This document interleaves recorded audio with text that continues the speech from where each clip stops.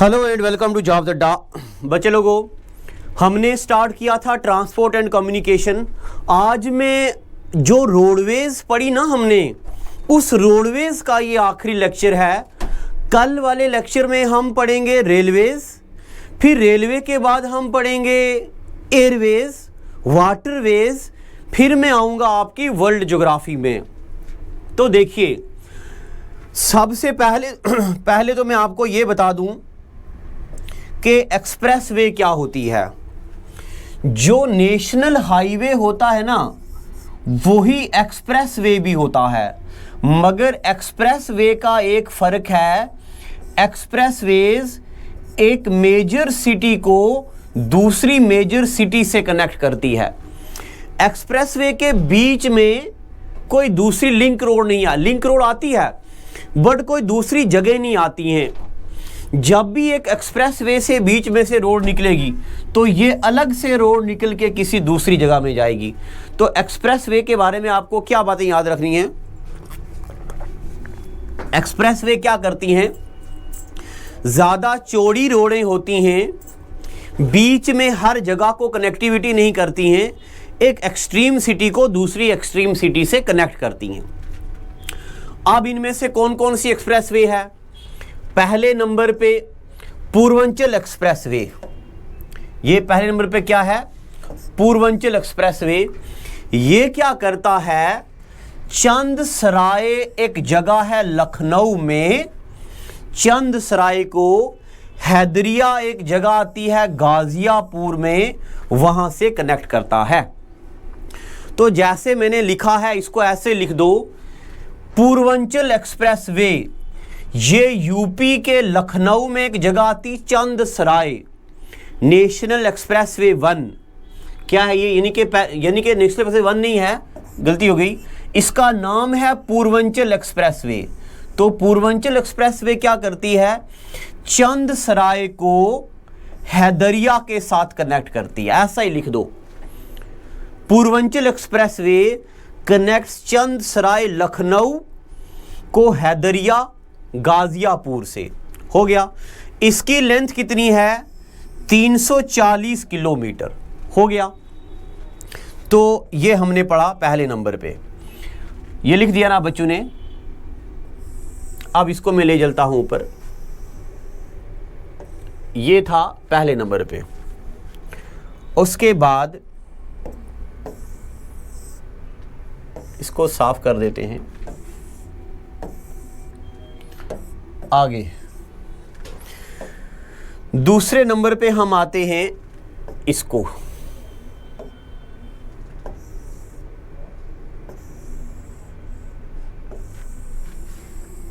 ये देखिए, यहां पे समझ आ रही है ना। थोड़ा आज वाला लेक्चर ज़रा हेक्टिक होगा आपके लिए भी मेरे लिए भी, क्योंकि मैंने ये पहले लिखा था तो वो मुझसे डिलीट हो गया, तो ये दूसरी बार कर रहा हूं मैं। देखो, ये नेशनल हाईवे क्या करती है, इसका नाम है गोरखपुर लिंक एक्सप्रेसवे। क्या नाम है इसका, गोरखपुर लिंक एक्सप्रेसवे। बेटा ये ईस्टर्न यूपी को वेस्टर्न यूपी के साथ कनेक्ट करती है। क्या करती है, ये ईस्टर्न यूपी को वेस्टर्न यूपी से कनेक्ट करती है। और ईस्टर्न यूपी में एक जगह आती है जैतपुर, जैतपुर को कनेक्ट करती है आजमगढ़ के साथ। एक बार फिर से, Gorakhpur link expressway eastern UP में जैतपुर को वेस्टर्न यूपी आजमगढ़ के साथ कनेक्ट करती है। उसके बाद गंगा एक्सप्रेसवे है, ये तो बड़ा ज़रूरी है। ये यूपी में मीरठ को प्रयागराज से कनेक्ट करती है। प्रयागराज भी यूपी में, मीरठ भी यूपी में। गंगा एक्सप्रेसवे मीरठ को प्रयागराज के साथ कनेक्ट करती है। 594 किलोमीटर है ये। कितनी है ये, 594 किलोमीटर। लिख दिया इतना, गुड। इसको लिख दो बेटा। उसके बाद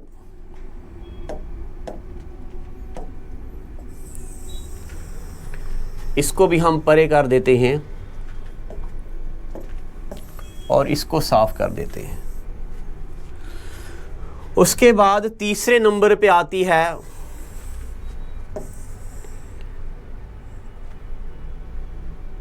ये नहीं,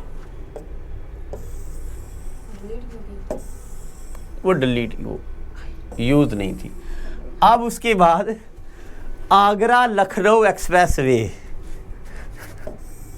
आगरा, आप सोच रहे हैं मास्टर हंस का रहा, का मिल गया मास्टर को, मास्टर बावला होगा का, अरे बावले नहीं हुए हम, बड़ा पढ़ो।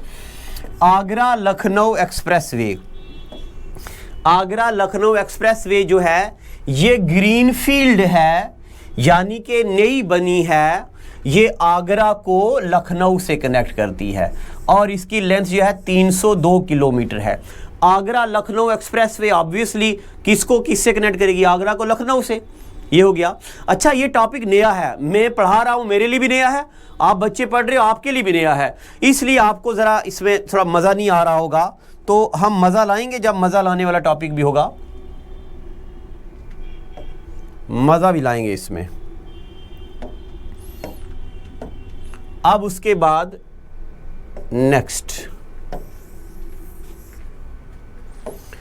अब देखो ये एक बात लिख लो, आपको पता है इंडिया ने हर जगह पे अपना डिफेंस कॉरिडोर बनाया है, यानी कि अलीगढ़ को आगरा के साथ, आगरा को झांसी के साथ, झांसी को चित्रकूट के साथ, चित्रकूट को कानपुर के साथ, कानपुर को लखनऊ के साथ। इसको बोलते हैं यूपी डिफेंस कॉरिडोर। यूपी में डिफेंस सिस्टम को लाने के लिए कॉरिडोर बनाया गया है, जिसमें क्या क्या जगह आएगी, जिसमें आएगी ये वाली जगह, क्या क्या, इसमें आएगा अलीगढ़ को आगरा के साथ, अलीगढ़ को आगरा के साथ, और फिर झांसी के साथ, फिर चित्रकूट के साथ, उसके बाद कानपुर के साथ, उसके बाद लखनऊ के साथ। ये क्या है इंडिया के, ये है यूपी डिफेंस कॉरिडोर। बताइए यूपी डिफेंस कॉरिडोर में कौन कौन सी जगह आती हैं, तो इसमें आता अलीगढ़, इसमें आता आगरा, झांसी, चित्रकूट, कानपुर और लखनऊ, ये जगह आती हैं इसमें। इतनी बातें पता चल गई आपको, यूपी डिफेंस कॉरिडोर। अब उसके बाद बेटा आगे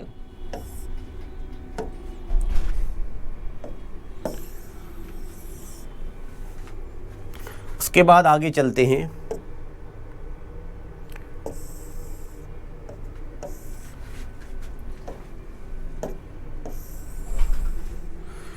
ये भी बड़ी जरूरी है आपके लिए, इसको बोलते हैं यमुना एक्सप्रेसवे। ये क्या है,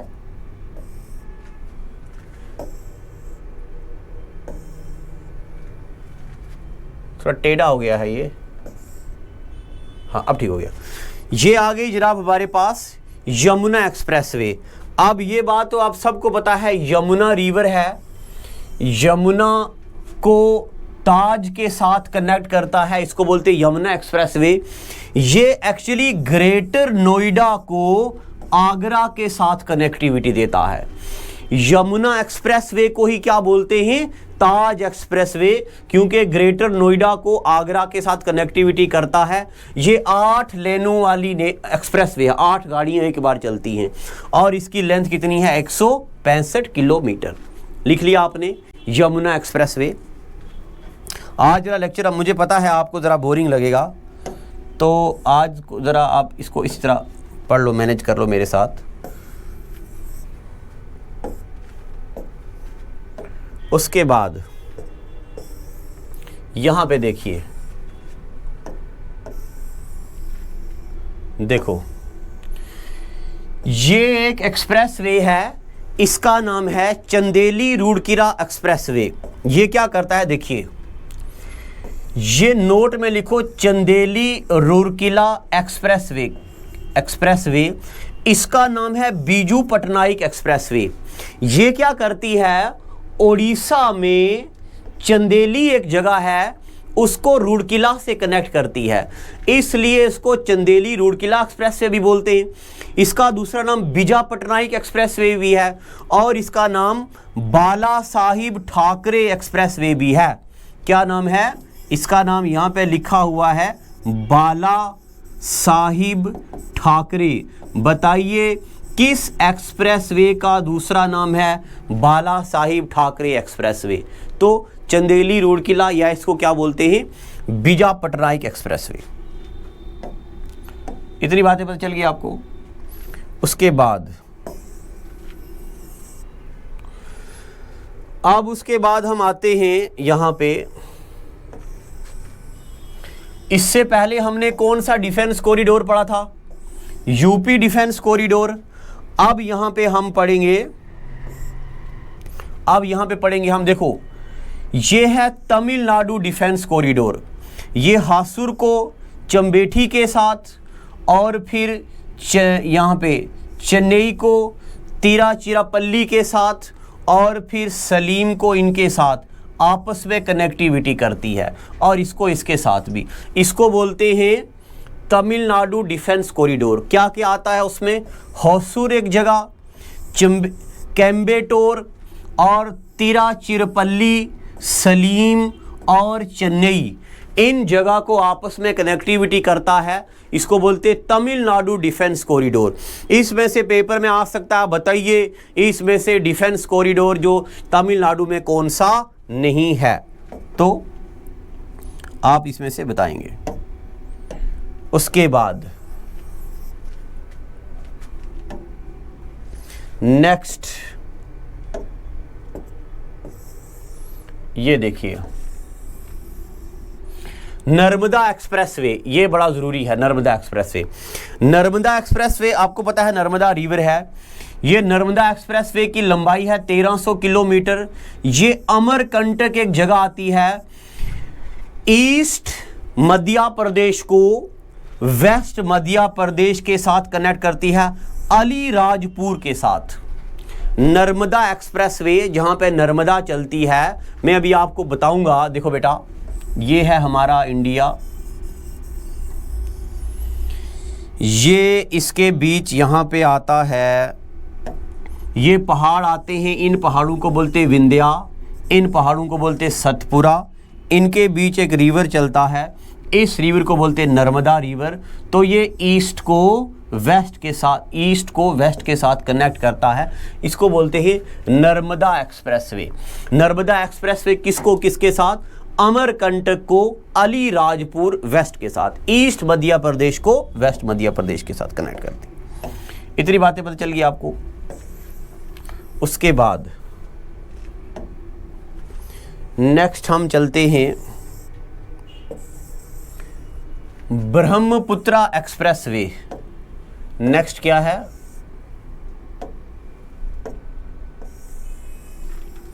ब्रह्मपुत्रा एक्सप्रेसवे। ब्रह्मपुत्रा एक्सप्रेसवे जो है ये कनेक्ट करती है सादिया को डुबरी से। डुबरी भी एक जगह है आसाम में, सादिया भी एक जगह है आसाम में। ब्रह्मपुत्रा एक्सप्रेसवे सादिया को डुबरी से कनेक्ट करती है, 890 किलोमीटर इसकी लंबाई है। इतनी बातें पता चल गई आपको। उसके बाद हम आखिर पे पढ़ेंगे ये वाला, ये बड़ा ज़रूरी है। देखिए, ये बीच में आपको दिख रहा होगा दिल्ली, ये है बीच में दिल्ली। इस साइड को बोलते हैं, ये आ गया ईस्टर्न, ये आ गया वेस्टर्न। वेस्टर्न एक्सप्रेसवे, जो वेस्टर्न एक्सप्रेसवे है ना ये वाली, इसको ये कुंडली को मानेसर के साथ पलवल से कनेक्ट करती है, इसलिए इसका नाम है KMP, कुंडली मानेसर पलवल। इसकी लंबाई कितनी है, 135 किलोमीटर। और ईस्टर्न एक्सप्रेसवे क्या, कुंडली को गाजियाबाद के साथ और पलवल के साथ, इसलिए KGP बोलते, कुंडली गाजियाबाद पलवल। ये 135 किलोमीटर, ये भी 135 किलोमीटर, ये हो जाता है टोटल रिंग रोड। अब बताइए इनमें से रिंग रोड में क्या क्या आता, कुंडली, मानेसर, पलवल, गाजियाबाद, फिर कुंडली। इसको बोलते हैं दिल्ली की रिंग रोड है। इतनी बातें पता चल गई आपको। ये हमने कुछ एक फैक्ट पढ़े हैं, ये जाहिर सी बात है कि आपके लिए मुश्किल होंगे क्योंकि आप भी पहली बार पढ़ रहे हैं और ये हमारे अकाउंट असिस्टेंट ने पहली बार डाला है। अब नेक्स्ट में मैं लाऊंगा आपके लिए railway zone in India. Railway zone. आज का लेक्चर मुझे पता है ज़रा बोरिंग होगा, तो आप बच्चे आज के लेक्चर में भी मेरा साथ देंगे, उसी तरह के लाइक कमेंट शेयर करेंगे, ताकि मुझे पता चल जाए कि आप मेरे पढ़ाने से प्यार तो करते हैं बल्कि मुझसे भी करते हैं। कभी कभार जब मैं वीक हो जाता हूं तब भी मेरा साथ देते हैं। आज का एपिसोड इतना ही, अगले एपिसोड में लाऊंगा आपके लिए और चीज़ें। Thank you and God bless you.